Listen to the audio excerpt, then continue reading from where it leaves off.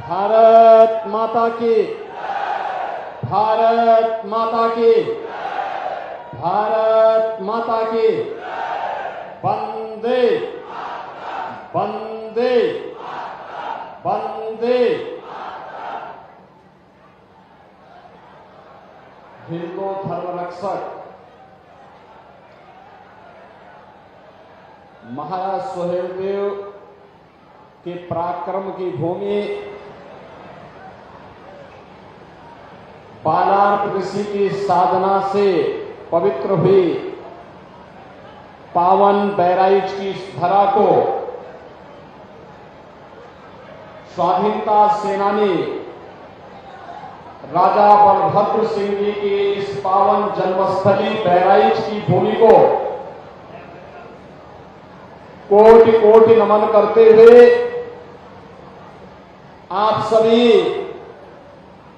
बहराइच जनपद के मैसी विधानसभा क्षेत्र से जुड़े हुए मतदाता बहनों और भाइयों का आज अक्षय तृतीया के इस पावन तिथि पर मैं हृदय से स्वागत करता हूं, अभिनंदन करता हूं। बहनों और भाइयों, ये अद्भुत क्षण है। कहते हैं कि आज ही के दिन सतयुग की शुरुआत हुई थी और आज ही के दिन त्रेता युग की भी शुरुआत हुई थी और आज एक बार फिर से मुझे आपके बीच में महसी में आने का अवसर प्राप्त हुआ।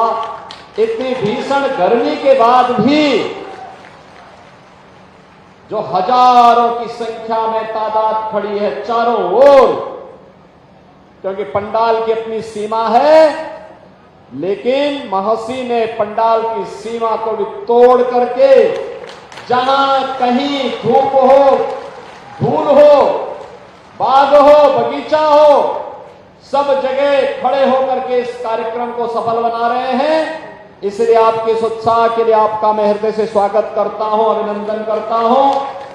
मंच पर उपस्थित भारतीय जनता पार्टी के जिला के अध्यक्ष श्री ब्रजेश पांडे जी, लोकप्रिय सांसद श्री अक्षयलाल गौड़ जी, लोकप्रिय विधायक श्री सुरेश्वर सिंह जी, श्रीमती अनुपमा जायसवाल जी, विधान परिषद सदस्य डॉक्टर प्रज्ञा त्रिपाठी जी, भारतीय जनता पार्टी के लोकप्रिय प्रत्याशी डॉक्टर आनंद कुमार गौड़ जी और भारी संख्या में उपस्थित बहराइच लोकसभा के सभी मेरे उपस्थित बहनों और भाइयों, आज मुझे एक बार फिर से इस मैसी की पावन धरा पर आपके बीच में आने का अवसर प्राप्त हुआ है। बहनों और भाइयों, पिछली बार मैं विधानसभा चुनाव के दौरान आया था और आपने आशीर्वाद दिया, श्री सुरेश्वर सिंह जी विधायक बने, प्रदेश में सरकार बनी, तो मोदी जी और प्रदेश की सरकार ने मिलकर के अयोध्या में रामलला को विराजमान करवाया और बड़े बड़े माफिया और अपराधियों का राम नाम सत्य है की यात्रा पर भी भेजने का काम किया है।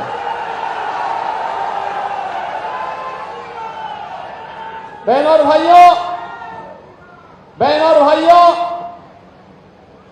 जो सरकार आपकी भावनाओं का सम्मान करती हो, आपके हितों को संरक्षण देती हो, आपको विकास के कार्यों के साथ जोड़ती हो, और सरकार को बार बार मौका मिलना ही चाहिए, क्योंकि उससे वर्तमान तो ठीक होता ही है, भविष्य को भी सुधारने का एक अवसर प्राप्त होता, उसकी नींव भी तैयार होती है। मोदी जी के नेतृत्व में हमने बदलते हुए भारत को देखा है और हमारी पीढ़ी बड़े गर्व के साथ कह सकती है, बड़े गर्व के साथ कह सकती है कि हम उस भारत के नागरिक हैं जिस भारत ने विकसित भारत की परिकल्पना को अपनी आंखों के सामने साकार होते हुए देखा है। बहनों और भाइयों, आज से 10 वर्ष पहले भारत की स्थिति क्या थी? दुनिया में सम्मान नहीं बचा था, सीमाएं सुरक्षित नहीं थी, आतंकवाद और नक्सलवाद सिर चढ़ करके बोलता था, विकास के कार्यों में भ्रष्टाचार था और भ्रष्टाचार इस कदर तक था कि विकास का कोई भी कार्य प्रारंभ नहीं हो पाता था।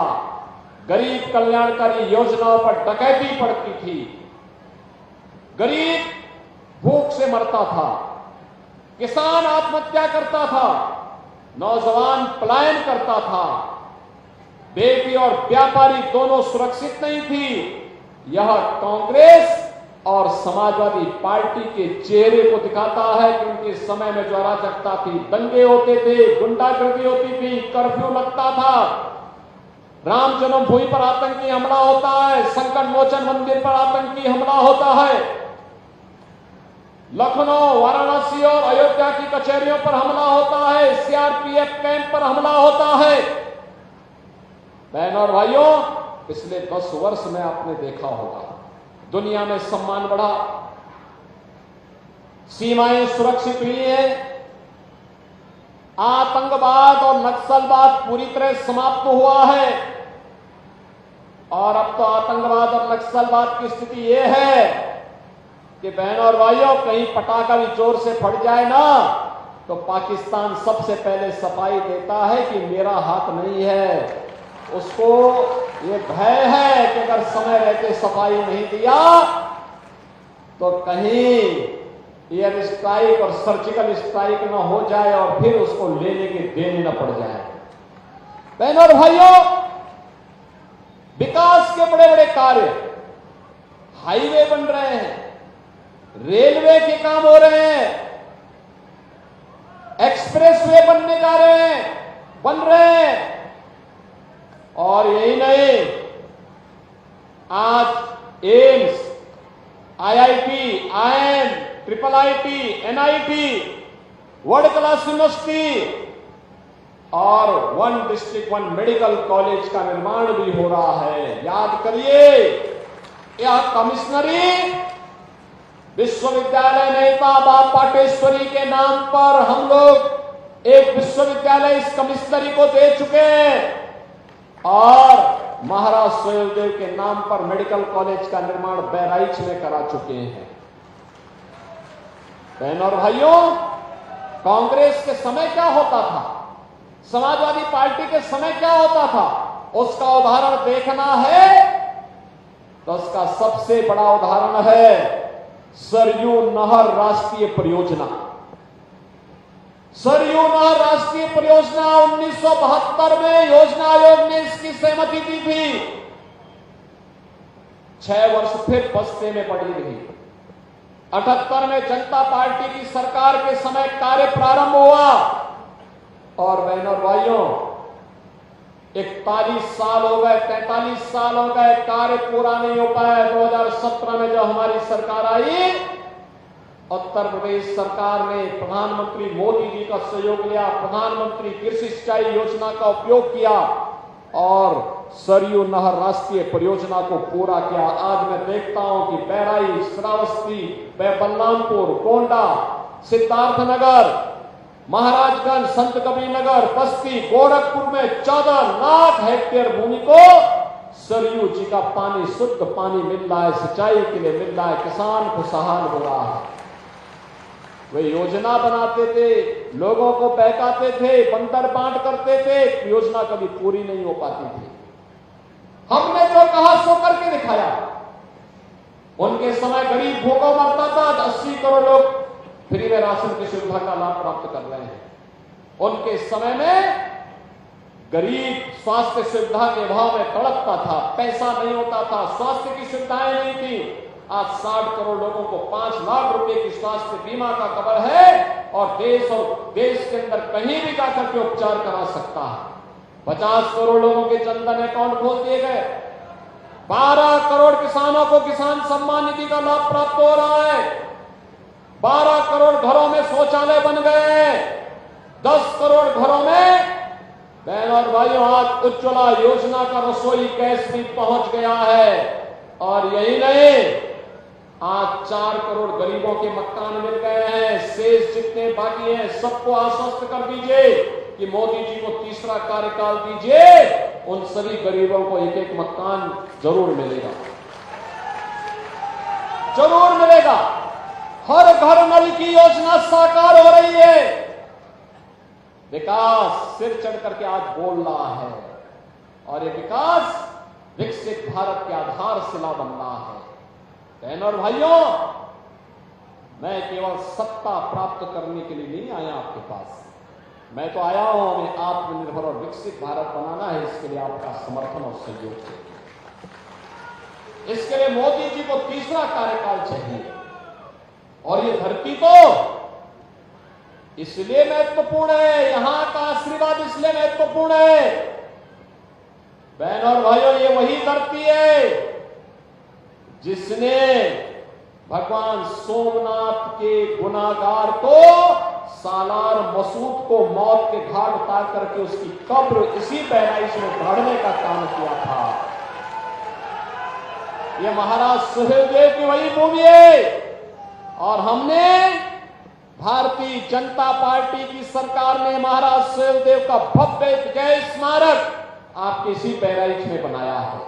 बहनों और भाइयों, मुझे तो महाराज सुहेलदेव के शौर्य और पराक्रम पर गौरव की अनुभूति होता है और मुझे लगता है कि वो राष्ट्र रक्षक थे, हमारे पूर्वज थे। गौरव की अनुभूति होती है महाराज सुहेलदेव के शौर्य और पराक्रम पर। मैं पूछना चाहता हूं, यह देश 1947 में आजाद हुआ, आखिर महाराज सुहेलदेव का स्मारक कांग्रेस ने क्यों नहीं बनाया? समाजवादी पार्टी ने क्यों नहीं बनाया? बहुजन समाजवादी पार्टी ने क्यों नहीं बनाया? क्योंकि उन्हें भय था कि सालार मसूद गाजी के भक्त कहीं उसका वोट बैंक न खिसक जाए, इसलिए उन्होंने महाराज सुहेलदेव की विस्मृत करने का काम किया। बहनों और भाइयों, ये वही लोग हैं जो महाराज सुहेलदेव का भी अपमान करते हैं, महाराणा प्रताप का भी अपमान करते हैं, बाबा साहब भीमराव अंबेडकर का भी अपमान करते हैं और अयोध्या में राम मंदिर के लिए कहते हैं कि तो बेकार का काम हुआ। वाह, आपकी आस्था को बेकार मानते हैं? अरे बेकार तो इनका ये होंगे जो इस धरती पर बोझे बने हुए हैं और राम के नाम को नकारते हैं। हमारे यहां कौन सा ऐसा सनातन धर्मावलंबी है जो व्यक्ति अपने जन्म से लेकर के और अंतिम यात्रा में राम के नाम को भूलता हो? बेटा जन्म लेता है, परिवार में कोई जन्म लेता, बेटा या बेटी जन्म लेती है, अखंड रामायण का पाठ होता है। कोई शुभ कार्य होता, अखंड रामायण का पाठ होता है। हम सोते हैं, जगते हैं, उठते हैं, बैठते हैं, दुख में सुख में एक नाम लेते हैं, वह नाम है राम का नाम होता है और अंतिम यात्रा भी निकलती है तो राम नाम सत्य है कह करके अंतिम यात्रा भी निकलती है। जहां राम हमारे श्वास श्वास में रग रग में बसे हुए हो, वहां राम को नकारने का मतलब भारत को नकारने जैसा है। अरे भारत को नकारने वाले लोग भारत के हितैषी नहीं हो सकते, आपके हितैषी नहीं हो सकते, गांव गरीब किसान नौजवान महिलाओं के हितैषी नहीं हो सकते। और यही कारण था इनके समय दंगे होते थे। पिछले 7 वर्षों में तो यूपी में दंगे नहीं हुए, कर्फ्यू नहीं लगा। आज गरीब को उसका हक मिल रहा है। पैसा तब भी था लेकिन तब बंदर बांट होता था, आज बंदर बांट नहीं, आज गरीब को उसका हक मजबूती से दिया जाता है और माफिया पर नकेल कसी जाती है, उसके खिलाफ कार्रवाई होती है। और इसलिए बहनों और भाइयों, आज हम सब आपके पास आए हैं। डॉक्टर आनंद कुमार गौड़ को भारतीय जनता पार्टी ने और सहयोगी दलों ने प्रत्याशी बना करके आपके बीच भेजा है। Doctor Anand Kumar Gaur Bharatiya Janata party, Rajbhar party, Nishad party, अपना दल, इन सभी दलों का प्रत्याशी है आपके बीच में। और इसके लिए हम लोग आए हैं आपके पास कहने के लिए कि बहनों और भाइयों, एक एक सीट पर भारतीय जनता पार्टी का कमल खिलना चाहिए। ये कमल खिलेगा तो मोदी जी के खाते में जाएगा।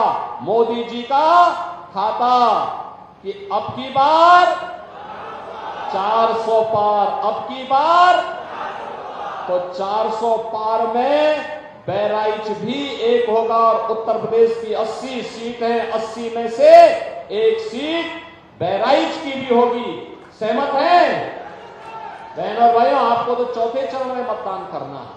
13 मई को ही आपका चुनाव है। 13 मई को आपके पास अब बहुत कम समय रह गया है, मुश्किल से 2 दिन प्रचार का है। इन 2 दिन प्रचार के लिए आप अपना समय देंगे, पूरा समय देंगे, पूरा समय देंगे, घर घर जाएंगे, आनंद कुमार गौड़ के लिए कमल चुनाव चिन्ह पर मतदान के लिए लोगों से अपील करेंगे और चुनाव के दिन पहले मतदान फिर जलपान के संकल्प के साथ जुड़ेंगे। सभी लोग जुड़ेंगे तो फिर मेरे साथ बोलेंगे भारत माता की, भारत माता की, भारत माता की।